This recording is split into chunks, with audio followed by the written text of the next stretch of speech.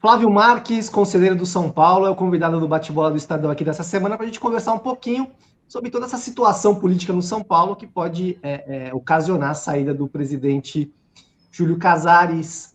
Obrigado, Flávio, por ter aceitado o convite. Prazer falar contigo.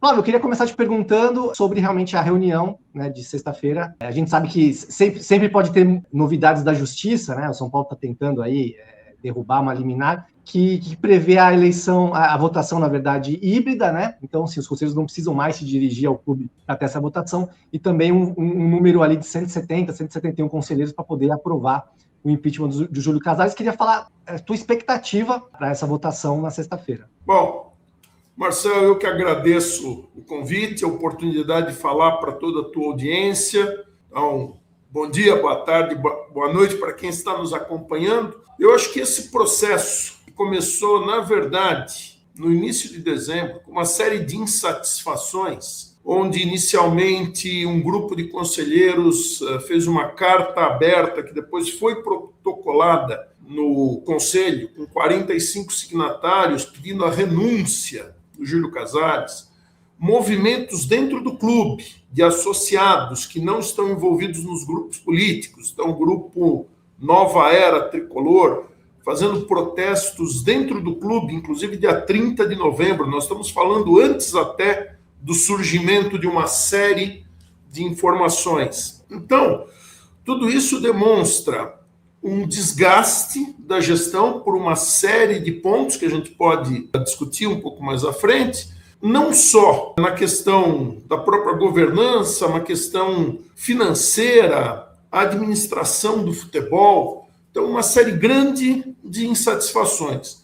Tudo isso gerou um documento que foi protocolado na Secretaria dos Conselhos no dia 23 de dezembro, aí sim com assinaturas regulamentares estatutárias 57 conselheiros, para que se iniciasse um processo de destituição, de perda de mandato do presidente Júlio Casares. Então, nos últimos dias, aflorou muito a questão jurídica, e a questão jurídica, o que nós entendemos, Marcelo, a leitura da juíza que concedeu a liminar, colocando a votação híbrida, reunião semipresencial, votação híbrida, presencial ou à distância, quórum de participação, quórum para validação da reunião, para que ela tenha seus efeitos legais, 75%.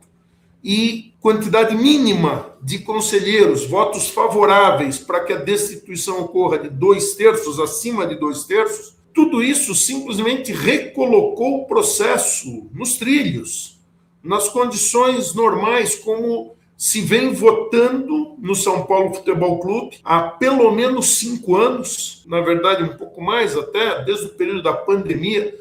Praticamente não há nenhuma votação que seja exclusivamente presencial, nenhuma reunião exclusivamente presencial. Então, muito mais, até para esclarecer qualquer coisa, muito mais do que dizer que favoreceu a tese A ou favoreceu a tese B, essa decisão da Justiça, que está válida ainda neste momento. A gente não sabe que surpresas podem vir. Ela simplesmente estabeleceu a normalidade das condições. Não, aí você falou, Flávio, sobre essa questão até que vocês protocolaram o documento pedindo o afastamento, né, da instituição do presidente Júlio Casares, até antes de algumas investigações virem à tona, agora no começo de janeiro, né? Só para a gente recapitular para quem está acompanhando, a gente teve, acho que em dezembro ainda teve aquela questão do camarote, né, envolvendo a ex-esposa do presidente, né, um camarote que teria sido entregue a ela, e também venda de ingressos para shows, e agora no começo de janeiro, questões de saques, né, de 11 milhões de reais que foram feitos, e a defesa do presidente Júlio Casares diz que foram usados aí para pagamentos relacionados ao futebol e tudo mais. Mas vocês, antes disso tudo, já queriam a saída já gostariam que o Casares saísse, né, Flávio? Sim, e um ponto importante aqui, Marcelo, ninguém está fazendo pré-julgamento das questões ou das acusações. Acho que isso precisa deixar muito claro. E isso até peço para você na divulgação, que deixe sempre muito claro isso. não há, da nossa parte, nenhum pré-julgamento do cidadão Júlio César Casares, dos atos, mesmo de outros atos, mas nós tivemos uma série de fatos que, além de tudo, estão prejudicando a imagem do São Paulo Futebol Clube. Então, se o cidadão Júlio Casares ele tem receitas guardadas em casa e vai fazendo os seus depósitos, isso aí seria uma questão entre o cidadão Júlio Casares, as autoridades da Receita Federal, a quem ele tem que prestar contas, se ele não tivesse sentado na cadeira de presidente e a manchete que vem num grande veículo de empresa é o presidente do São Paulo tem depósitos fracionados na soma de R$1,5 milhão. Então, isso prejudica a imagem do clube. Então, nós não estou questionando, não estou julgando o mérito, se a origem do dinheiro é lícita ou não, que seja lícita, mas da forma como essas informações chegam, existe um dano à imagem institucional do São Paulo Futebol Clube. Da mesma forma como a questão do camarote. A questão do camarote, 2 diretores muito próximos ao presidente falam sobre uma operação clandestina, algo feita da forma errada. Palavras deles, de novo, novamente não estou colocando nenhuma julgamento de valor, nenhuma pré-condenação de ninguém, palavras deles. O camarote 3A, que é basicamente um anexo da sala da presidência. Então, o jornalista Thiago Leifert foi muito feliz num vídeo que ele veiculou no dia 17 de dezembro, onde ele dizia, poxa, se a coisa acontece do lado, na sala do lado do presidente, ele não sabe o que está acontecendo, poxa, isso demonstra que ele não tem hoje capacidade de controlar sequer o seu entorno. Pior, se eventualmente ele soubesse e não tenha tomado nenhuma ação, como o que tudo indica, não foi tomada nenhuma ação na época, Leifert classifica isso como uma negligência. Então, novamente, sem fazer pré-julgamento, se ele sabia, não sabia, se beneficiou ou não se beneficiou, em qualquer circunstância, demonstra fragilidade nos controles, demonstra uma distância do presidente de uma operação que ele deveria estar se dedicando tempo integral. Então, são fatos que depõem contra a presidência, e sempre falando, nós falamos aqui do presidente do clube, dos atos da presidência, dos resultados dessa gestão. Eu não estou questionando em nenhum momento o cidadão. Claro, claro. A gente sabe muito no futebol, né, Flávio, que se os resultados dentro de campo, né, porque o São Paulo é um clube que, claro, tem toda a questão ali, clube social, tudo mais, o São Paulo não separou o futebol do social, né, como outros clubes já fizeram, mas quando os resultados também em campo não vêm, acabam prejudicando também o extracampo, assim.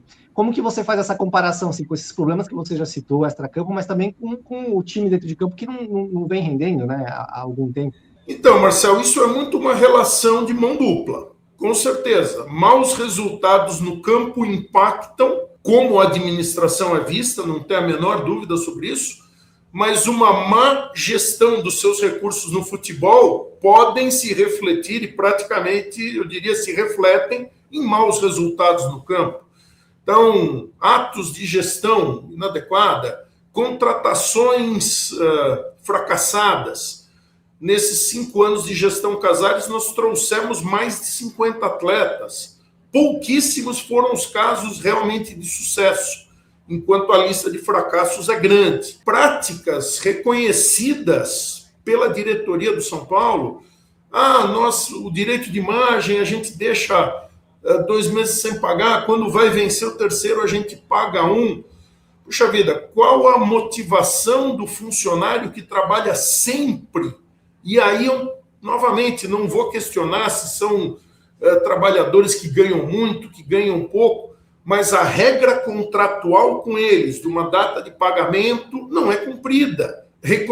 O fato reconhecido pela gestão, pela administração, não estou trazendo nenhum fato novo. Declarações até polêmicas, como a do Luiz Gustavo, na saída daquele jogo com o Fluminense, onde deu a entender ali que nem todos tivessem dado o seu melhor, Talvez por essa desmotivação, por não acreditar mais nas promessas, por não estar confiando mais que a administração vai cumprir o combinado. Então, de novo, isso você prejudica a imagem do São Paulo, além de institucionalmente, esportivamente, porque nós saímos daqui, vamos ao Maracanã, onde o São Paulo tem um histórico de excelentes resultados no Maracanã, e levamos uma goleada de 6-0 do Fluminense, você está prejudicando também a questão esportiva. Em 5 anos de gestão Casares, Marcelo, o desempenho do São Paulo Futebol Clube em jogos de campeonato brasileiro, e foram 201 jogos, é um universo grande, é de 46%. Ou seja, o São Paulo cede mais pontos aos adversários do que conquista em 5 anos de gestão Casares. Flávio, você acha que uma opinião pessoal tua, ou até do teu grupo, né? Eu sei que a oposição meio que se uniu aí nos últimos meses, né? Todos os grupos ali meio que formaram um bloco só. Mas você é favorável, por exemplo, a que São Paulo vire SAF, né? Que um grupo, ou até uma empresa, ou alguém cuide do futebol, separe o futebol desse outro orçamento do clube aí, que possa ser usado a resposta para a tua pergunta é sim, mas não agora. E explico. A SAF, na verdade, é uma nova entidade. E o melhor exemplo, porque já tem um bom histórico para ser comparado, é o Cruzeiro Esporte Clube. O Cruzeiro Esporte Clube tradicional, ele continua existindo. Ele continua sendo seus clubes sociais, ele continua tendo atividades de esportes olímpicos, ele tem hoje um time de basquetebol no NBB, eu não sei se eles têm ainda voleibol, mas ele tem atividades sociais e esportivas, independente do futebol profissional. Porque o futebol profissional foi transferido em 2021, final de 2021, por uma nova empresa. Foi criado um novo CNPJ. Então, sejamos claros, isso é uma venda. Se você for vender hoje o futebol do São Paulo, na situação em que o São Paulo Futebol Clube se encontra, nós vamos ter ofertas baixíssimas. Nós vamos ter que entregar o nosso patrimônio praticamente pelo valor da dívida ou até menos, que foi o que aconteceu com o Cruzeiro, com o Vasco, com o Botafogo, onde grupos financeiros, grupos empresários tomaram o controle do futebol dessas grandes equipes do futebol brasileiro, basicamente pela promessa de pagamento de dívidas. Então, praticamente não colocaram dinheiro nenhum nas associações de origem. Então, a minha visão, a SAF sim é necessária, não agora. Agora seria o momento do saneamento. Primeiro saneamento, depois investimento. Flávio, o São Paulo era reconhecido uns anos atrás como modelo de gestão, né? Eu acho que o São Paulo tinha uma gestão mais saudável do que Corinthians e Palmeiras, por exemplo, né? Fazendo uma comparação com clubes do mesmo porte, do mesmo tamanho, da mesma cidade e tudo mais. De uns 10 anos para cá, 15 anos para cá, isso mudou um pouco. A gente teve, 10 anos atrás, a renúncia, o Aidar teve que renunciar, tudo mais, e desde então, São Paulo... Por que você acha que teve essa mudança, Flávio? Internamente, assim, conversando com conselheiros, qual a análise que vocês fazem do São Paulo de modelo de gestão para uma bagunça de gestão, digamos assim, nos últimos anos? Então, né? Marcelo, eu acho que uma questão importante disso é o conceito e os princípios das pessoas. Você pode dizer assim, não, o futebol mudou, mas alguns princípios são inegociáveis e alguns princípios são das pessoas. Então, eu tive a oportunidade de conviver durante algum tempo, pouco tempo, com José Douglas Dalora, foi diretor de futebol por muitos anos e ocupou um mandato de presidente do clube.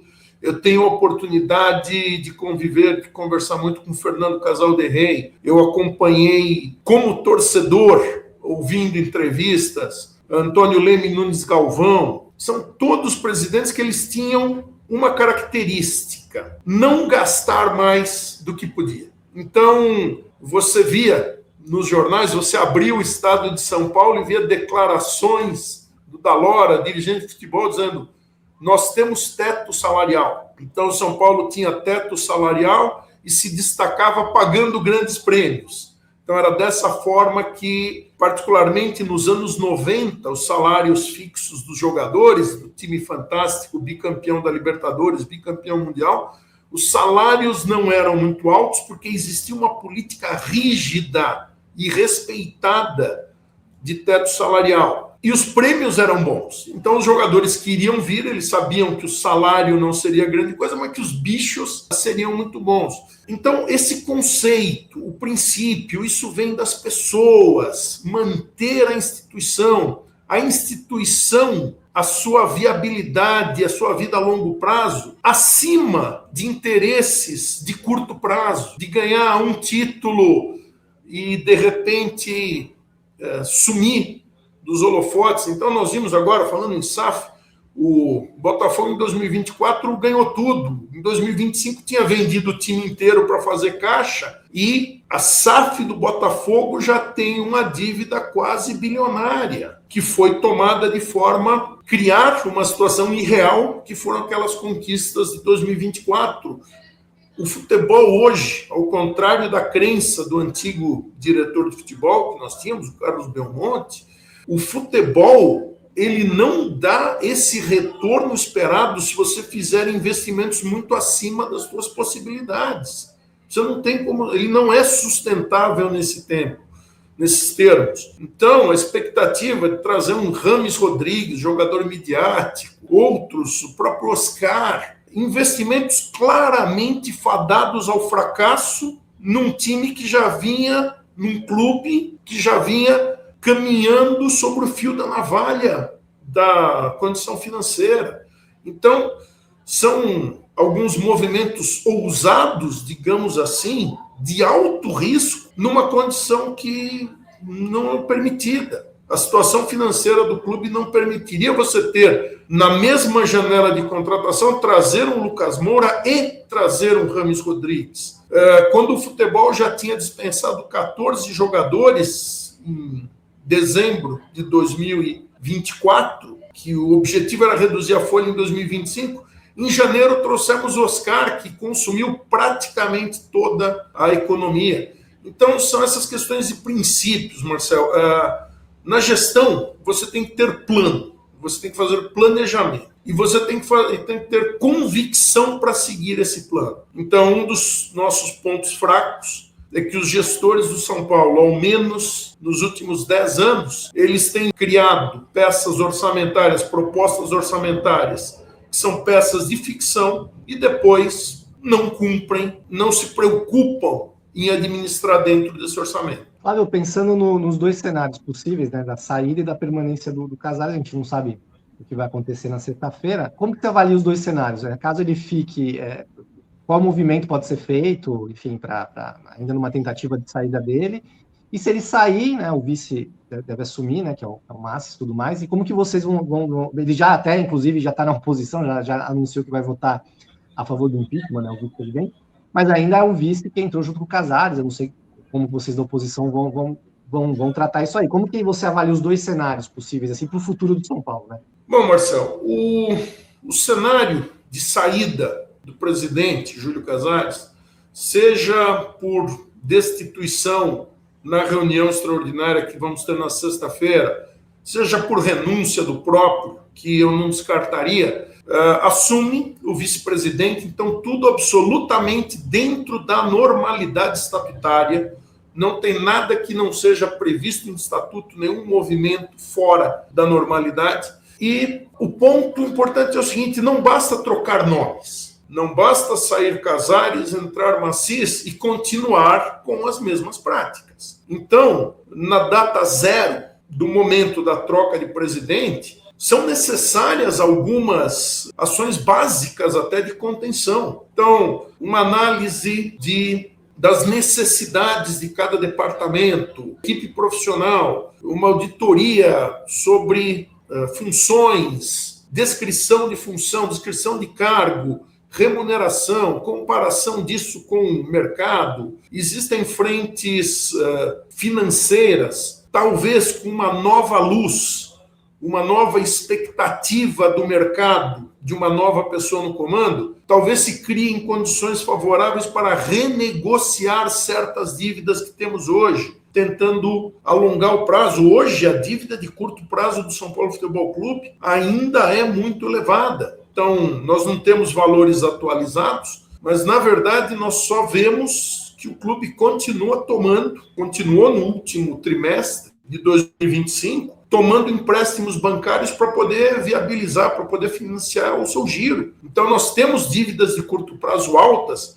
que uma mudança no comando do clube permitiriam talvez renegociar. Passo que com a continuidade dessa gestão, acho que vai ser muito difícil qualquer acordo com credores. Então, tem a frente administrativa, tem a frente financeira, tem trabalho na frente esportiva, identificar e falar. E quando eu falo na frente esportiva, eu falo também na questão das questões mais importantes que talvez tenha sido um pouco deixada de lado nos últimos tempos, que é o relacionamento com a torcida em geral. E aí eu não falo sem excluir as organizadas, mas a torcida em geral, que é uma comunicação honesta. Deixa claro para o torcedor quais são os objetivos do próximo ano, quais são os objetivos dos próximos 3 anos, dos próximos 6 anos, sem criar falsas expectativas. Não adianta você ir no Roda Viva e dizer que é protagonista,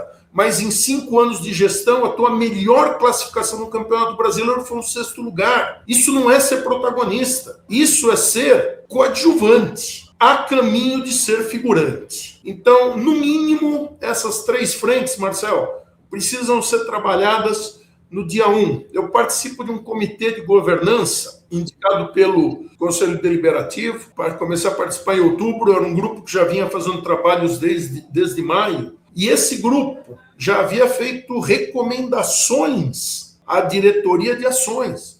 Essas recomendações, por enquanto, praticamente foram ignoradas. Um ótimo começo é retomar esse trabalho conduzido pelo conselheiro Dauro Speranzini, pelo Jonathan, que foram coordenadores desse grupo, e essas recomendações serem colocadas em prática. Então, nós não estamos partindo do zero. Já existe análise, já existem recomendações, já estão identificados alguns focos de ação imediata. É necessário começar. A hipótese de permanência eu não consigo enxergar nada de positivo na hipótese de permanência.